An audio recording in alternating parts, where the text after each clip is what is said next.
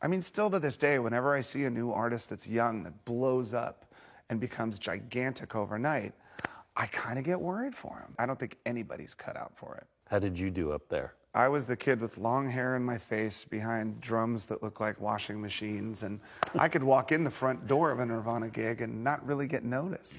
So I didn't have to suffer a lot of the pressures that Kurt did as the front man.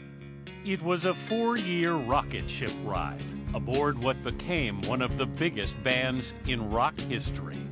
At the height of it all, in 1994, Cobain took his own life. Where are you right after Kurt dies? Just lost. I went through a really dark period where I couldn't really even listen to the radio because it broke my heart just to hear music. But quietly, the 25-year-old Grohl began to write and record songs of his own, playing all the instruments. I went to the cassette place down the street, said, could you make 100 of these? And made a little card to go in it. Yeah. And I just started giving it out to people. And I called it Foo Fighters because I wanted people to think it was a group.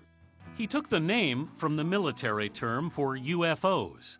I mean, I've always kind of been a UFO nut, but I also, it almost sounded like a gang, you know, does. like a karate gang or something like that. So, yeah, it worked. In 1995, those songs were released as the first Foos album. Well, I talked about it, put it on. How would you describe the dynamic of this band? Dave's the leader, and our job as the band is to make sure whatever in his head gets on the tape. Along the way, he recruited Hawkins and Jaffe. Everybody's speechless. Chris Shiflett on lead guitar, Nate Mendel on bass, and guitarist Pat Smear, who was a touring member of Nirvana.